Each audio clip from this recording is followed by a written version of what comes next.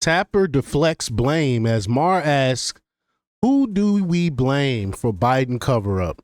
Do you really think they're going to take any accountability? You think anyone from the mainstream media is going to accept any type of accountability? Come on. Of course he's going to deflect, he's going to project, and all of those other things. And we're going to talk a little bit about it. We're going to play the clip. But before we get started, go ahead and hit that like button. Share this out so we can get this information out there.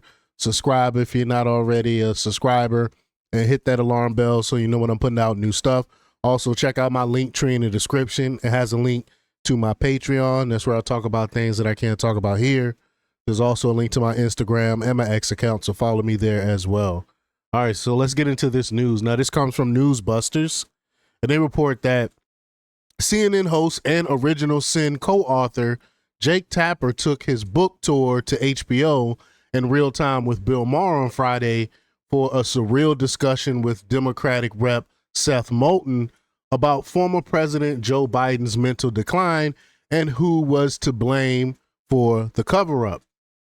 Moulton had just recalled how Biden did not seem to remember who he was while the two were in Normandy. This is something that we've been hearing a lot of, people finally admitting that, like, people that Biden knew for years he would have a hard time remembering who they were. While Moulton was on to tout his role in getting Biden to step aside, he only recalled the incident publicly in July after Biden's ultimately career-ending debate in late June, when he became a political liability for Democrats, of course, after the fact, right? Still, Maher asked Tapper, quote, "So you said blame before, who do we blame?" I feel like people are yokoing the wife. I feel Jill Biden's getting the Yoko treatment. Maybe she deserves it, but Yoko didn't break up the Beatles. Well, she is starting to get the Yoko treatment. I do agree with that. So let's get to the clip here. Here we go. Who do we blame? I feel like people are yokoing the wife.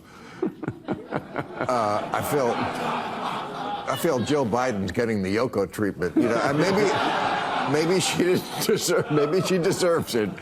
But Yoko didn't break up the Beatles. And I think there are any number of people that were part of this decision to hide how bad it was, not only from the media, not only from the public, but also from cabinet officials, from people in the White House, from Democratic lawmakers. I mean, there was a period, 2023, 2024, Democratic lawmakers barely saw the president.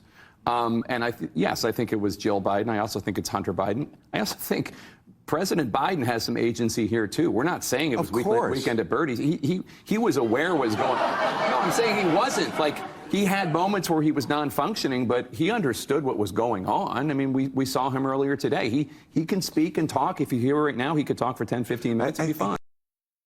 Yeah, you stole my line. That's what I call him, weekend at Bernie's. That's what I've been calling him for years.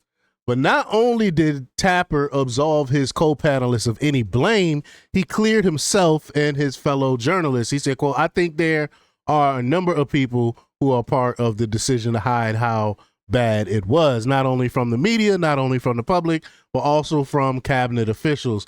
So basically, he's blaming everyone except for the mainstream media, of course, which he is a part of. He is partly responsible. We all remember how he just went after Laura Trump when she was talking about Biden's mental decline. He straight up like dismissed her and attacked her because of that. And now months later, he's admitting that and pretending like he wasn't part of the cover-up.